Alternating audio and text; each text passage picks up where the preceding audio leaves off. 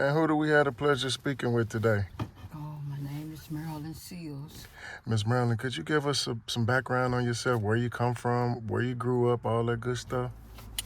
Well, okay, you say good stuff. I don't know, but I grew up in St. Louis. Matter of fact, down home. Jones and Page. And my mama had 8 kids. And I was 14 years old. I could talk like that. And I went to the grocery store. Snooks was national back then in my days. And this man came up to me and he said, "Hey, ain't your mama named Jewel?" And I say, "She ain't told you?" I'm like, "Told me what? You look just like my other daughter." I ran out of that store home and told the man that I always believed was my father that this man up here somewhere, and he grabbed the pistol. "Come on, boy." But it was too late. Anyway, I asked my mom why she didn't tell me, years ago. And she looked at me and she said, "I told him I was pregnant and he didn't believe me. I hate him." And now I realized why she treat me like she treat me, because I look like him. All the rest of them could get whatever they want from her, but not me. She sent me away. I lived with this lady that I thought was all our grandmamas, but she loved me the most. But end up, that was the man's mother. So that was my grandmother. She died and I didn't have nobody. And I understood why. I tried to buy my mama love. Boy, I was making money out here, bought her a washer and dryer here, everything. She wouldn't let me live with her.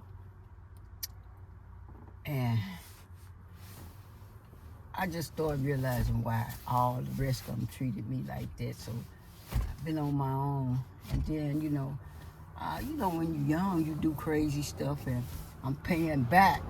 So I'm like, I'm homeless right now today, and I'm living in a vacant building because back in the days when I was trying to pay, I'm paying my mama back. I was using different Social Security numbers, doing wrong, so I'm paying it back. But doing $225, I done paid it, and I started getting the check, so I'll be able to find me a place to stay. Thank you, God. Evidently, he got something planned for me because I'm still here. And I'm like, wow. And I be asking him why. I guess it ain't my time. But, What schools did you go to growing up? okay, grade school I went to. I graduated from Riddick. Then I went to Sumner.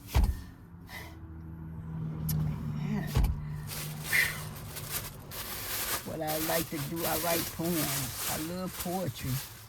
I write it all the time, but I ain't been able to do nothing. So, but don't ever think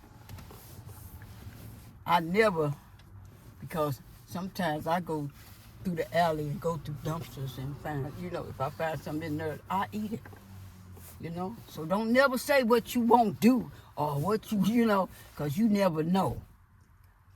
And How long have you been dealing with life on the streets, Miss Marilyn? going on a year. And what started that? Like, what caused that? What was the situation? Okay, yeah. I went to 3 different places. I had 3 homes. One man wanted $500, and I gave him $500, and it rained. He had put me in the basement, and the rain just came and messed up it floated everything, and he wouldn't get my money back, and then he locked me out. Okay, so all my stuff was in there, most of it. I lost that. Then I went to this lady. She talking about women. I helped her redo the house and everything, and she did the same thing. She locked me out after I gave her $500. And I said, I can't do this no more. I can't do this no more. And that's when I'm standing in a vacant building right now. What jobs have you had over your lifetime, Miss Marilyn? mostly restaurants. I always worked in restaurant, cook. And then sometimes I used to cook and sell dinners, plates and stuff. I was good at it. I stayed on Westville. Merl, when you gonna cook? When you gonna fix them plates, girl? So, you know, that's mostly. What's your relationship like with your brothers and sisters? Hell no. I don't even know. You was the black sheep. The black sheep. So since mama didn't take to you, nobody took to you. Right. And my mama stay in the up here on Belt. So when I go and see her, I went to see her, and I drew a bland.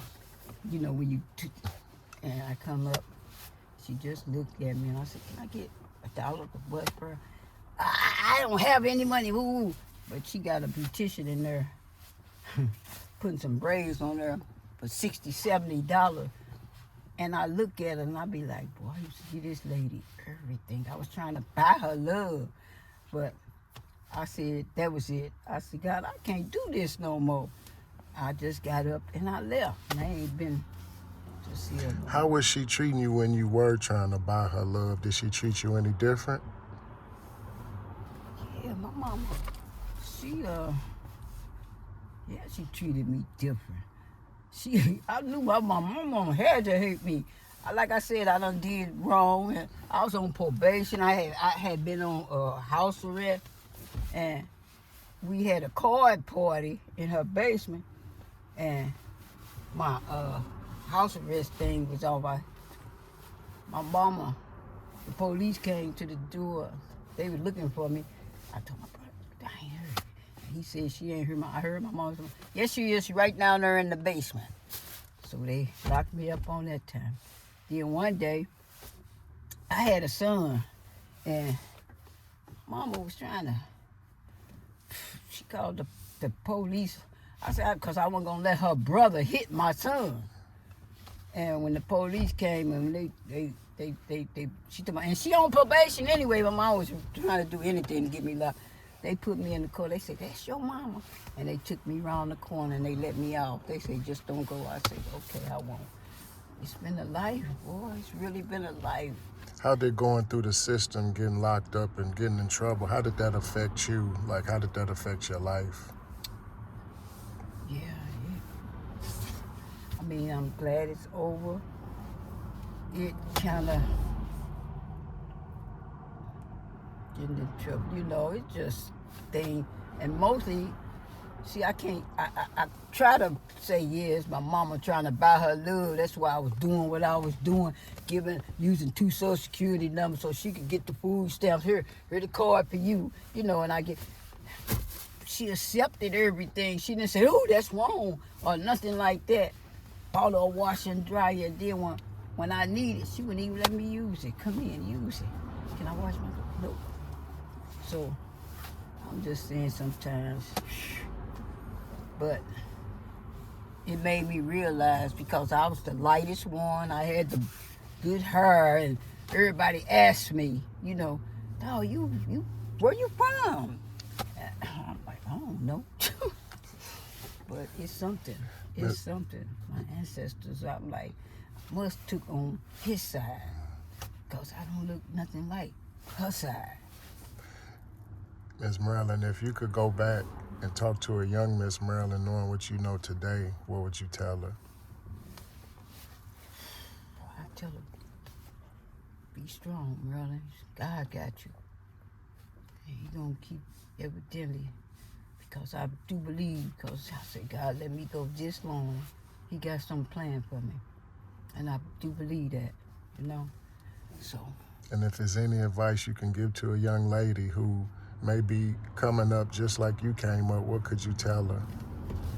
Or what would you tell her? I tell her, be strong. Believe in yourself and believe in God.